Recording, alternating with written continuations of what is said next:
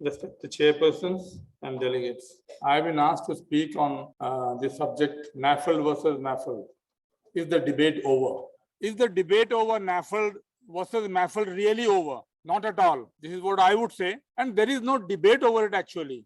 Actually, if you look at the various articles, if you look at the various publications over the last 3-4 years, it's not a simple debate, it's a war, it's an open war.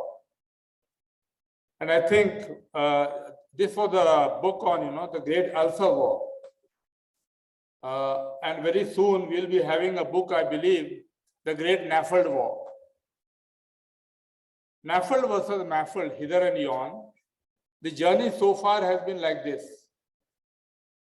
Once upon a time, there was a kingdom of hepatology. And the hepatologists were living happily, cultivating a crop called NAFLD. This was their staple crop. It took the hepatologists half a century to educate the other physicians about NAFLD and establish brand NAFLD. And suddenly there was a coup and the name NAFLD was changed to MAFLD. What happened was utter confusion. A large fraction of hepatologists, however, from the original group which wanted the name to be changed to MAFLD changed. They deserted the name changes. However, for the sake of science and bonhomie, they met for a consensus. But alas, all the king's horses and all the king's men couldn't put NAFLD, MAFLD together again. This was the publication in Gastroenterology in 2020, the coup. They published a MAFLD, a consensus-driven proposed nomenclature for metabolic associated fatty liver disease.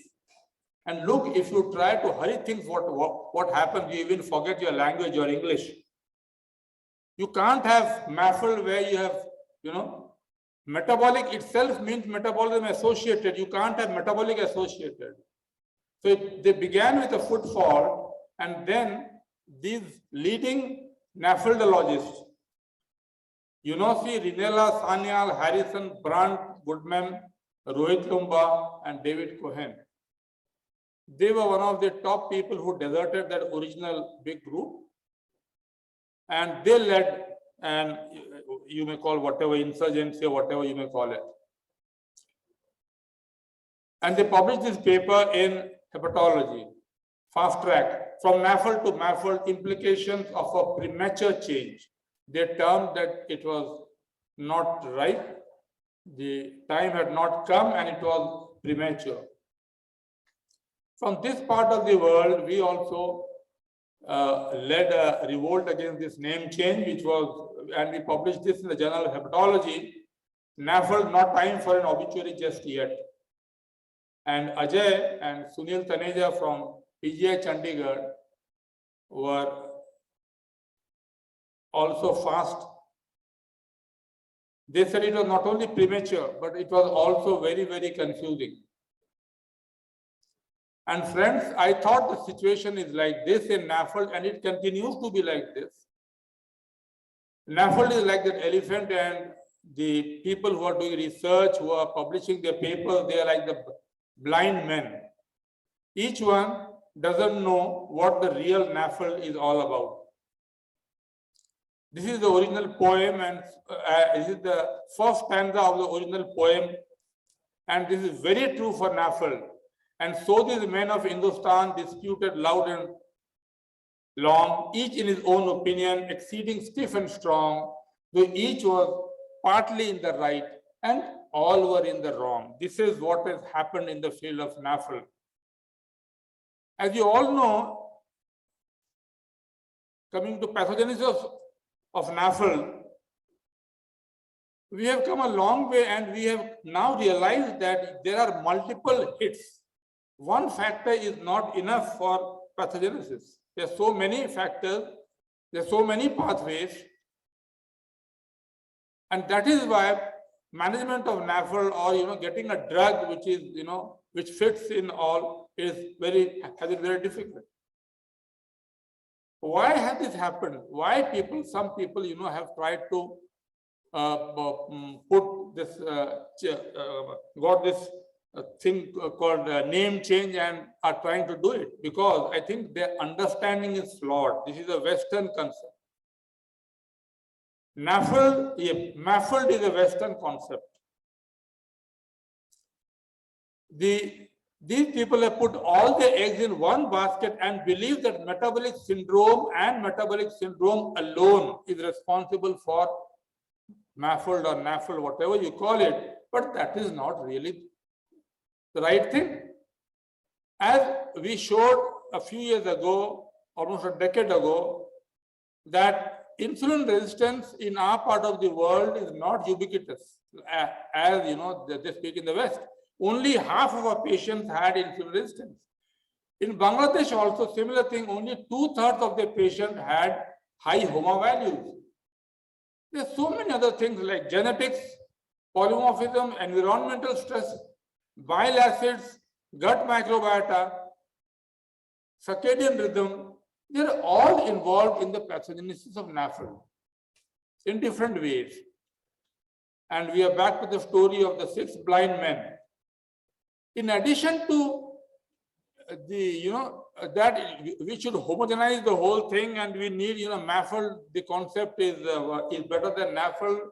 NAFLD is there you have an exclusion principle, which is not good. It's not a positive diagnosis. In addition, they also said that the patient's perspective is very important. You must take into account patient perspective. And here they cited ELPA, or the European Patient Liver Association, who had expressed displeasure. They were very unhappy. I wondered, I tried to do my own whatever research, or I went for ELPA and asked them, please let me know from where did you get this, that the patients of NAFLD are unhappy? You have any data? You have done any survey? You have published any work? They just kept mum. Once, twice, thrice, I went on hammering them. There was no response because they had not done any research. It was just their, perception of someone. What do our patients feel about it? That is very important, because 20% of the world's population stays in South Asia, and 1/4 of the world's NAFLD population stays here. And that's very important. And when we did a 5-country survey, we found that our patients do not want a name change. They didn't want a name change, and almost 90% wanted the name, the status quo to be maintained. And the reason for this was, and they also didn't feel that non-trivialize it. This study done in India, Pakistan, Bangladesh, Nepal, and Sri Lanka.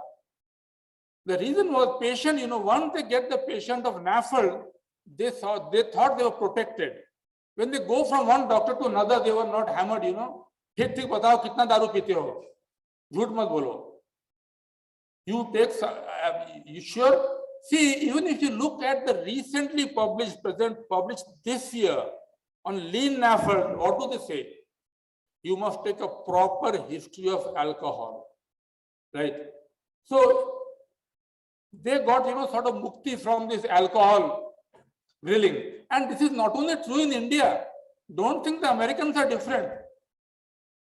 In Washington, D.C. last year when I was there, Nash Aware's chairman Vellore came up to me, sir, I agree with you, but I didn't have the guts to speak out. So why? Sir, I have had transplantation, I had Nash cirrhosis, and I have suffered with this. Everywhere I went, every doctor asked me, tell me how much alcohol you take, and I'm a teetotaler. I don't want this question to be asked to me repeatedly. We, INASL and SASL got together and we had this consensus meeting, and again, should NAFLD be changed to MAFLD? The answer was a clear no. The term NAFLD should not be changed to MAFLD was a consensus. In Chicago, we had a meeting, we had a sort of global meeting, and mind you, in this global meeting, they were not willing to invite the South Asians or Indians like you and me.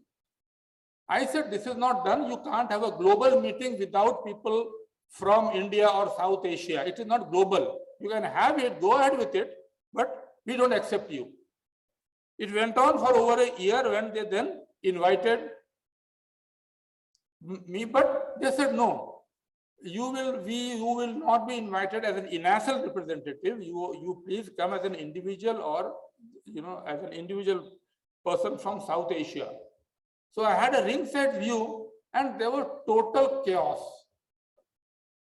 So many people were there, so many bigwigs were there. They tried to make a rational approach to a name change, but with so many players, and the worst player of all, worst player I would say, are the patient representative groups who don't speak on the basis of data. They have their own agenda.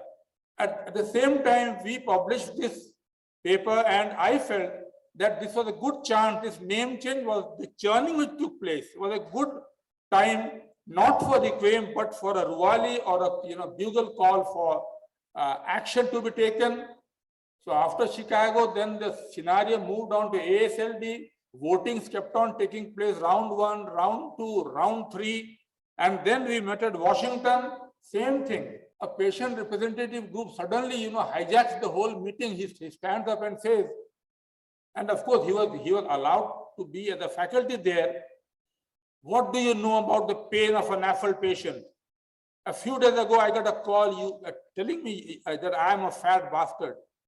See, this is no way to conduct a scientific discourse, and you should not allow such people on the dais also. This is my feeling. And I found it was not a quest for a right diagnosis. It was a, sort of a conquest, my way or highway. While all this thing was going on, people were trying to, respect the other's opinions. Here comes an intercontinental ballistic missile. An editorial in Medical Science Monitor, which said that this attempt at, that you are questioning a name change, you are not allowing us to go ahead with MAFLD. This will divide the whole world. There will be a huge division, north-south divide or whatever. And this was a very, very nasty piece, I tell you. This was a very nasty piece, where it was written, we acknowledge our comments are iconoclastic, but we believe them sensible. We conclude with a quote from John Galbraith. They write in that editorial, in that commentary, one of my greatest pleasures in my writing has come from the thought that perhaps my work might annoy someone of comfortably pretentious position. What a conceited way of attacking your opponents. Then comes the realization that such people rarely read. Others don't read. Only people who believe in MAFLD read. And what does pretentious mean? It means someone trying to appear better or more important than is really the case, a pretentious snob.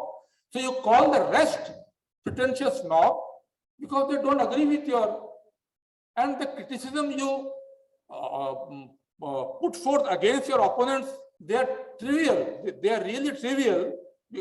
Let us come to this. This is the, apostle guideline. And why was such a hurry to have the preemptive strike on NAFLD here? There are so many questions. What was the method? They questioned the methodology. They questioned when hundreds of people involved. They questioned the methodology. Why? What are the basis of all these people and all that? And there are so many other questions. I won't go into details of that. I won't allow. This guideline by Apostle, they had 23 experts, and over 1/3 were Chinese. Why? Why was it so? Why was South Asia ignored? Why was the chairman of the NAFLD task force? Why was the chairman of the ICOND task force ignored? It was deliberate. It was deliberately done. And in this learned group, 1/3 were Chinese, and there were only 2 from this country, the mover and his departmental subordinate. And it was full of wrong information. This Apostle guideline is full of wrong information. Example, it mentions Bangladesh has one of the highest rates of MAFLD in South Asia. How can you steal my NAFLD and then call it MAFLD and then say that MAFLD is the real thing? See, this article is not on MAFLD, it is on NAFLD. How can you use this data to say that the other one to prove? So it is full of falsities. And again I come back, changing again to the same commentary, changing nomenclature is premature and confusing. We need to charter the road ahead, recognize the heterogeneity of NAFLD, launch collaborative efforts worldwide for better understanding of NAFLD, and bolster treatment arsenal, curb the NAFLD pandemic. Intellectual exercise is the need of the hour, not semantic juggling. This reminded me in Alice in Wonderland, where the Queen of Hearts says, words mean what I want them to mean, what I want them to mean. This has such an attitude has no place in the world of medicine. Otherwise, what will happen is, initially when the communists came to power in USSR, they changed the name of St. Petersburg to Leningrad. And later on, when the communist government fell, people voted back, the name was changed back. So MAFLD versus MAFLD, the debate is not yet over. This is the guideline, this is the consensus published by Inasal Sadal recently, and we are very clear about it. The name should not be changed. We did an analysis. The MAFLD guideline, 1/3 of normal healthy individuals, 1/3 satisfy the criteria of MAFLD who don't have fatty liver disease. So this is all about the criteria. It is absolutely wrong, misplaced criteria. And the debate is still on. Round 4 is just now complete. It's not yet completed. A committee is sitting with it, struggling with it. I am not sure what is going to happen. But I am going to write this book, The Great NAFLD War, The Untold Story, just like for the peptic ulcer story. Thank you.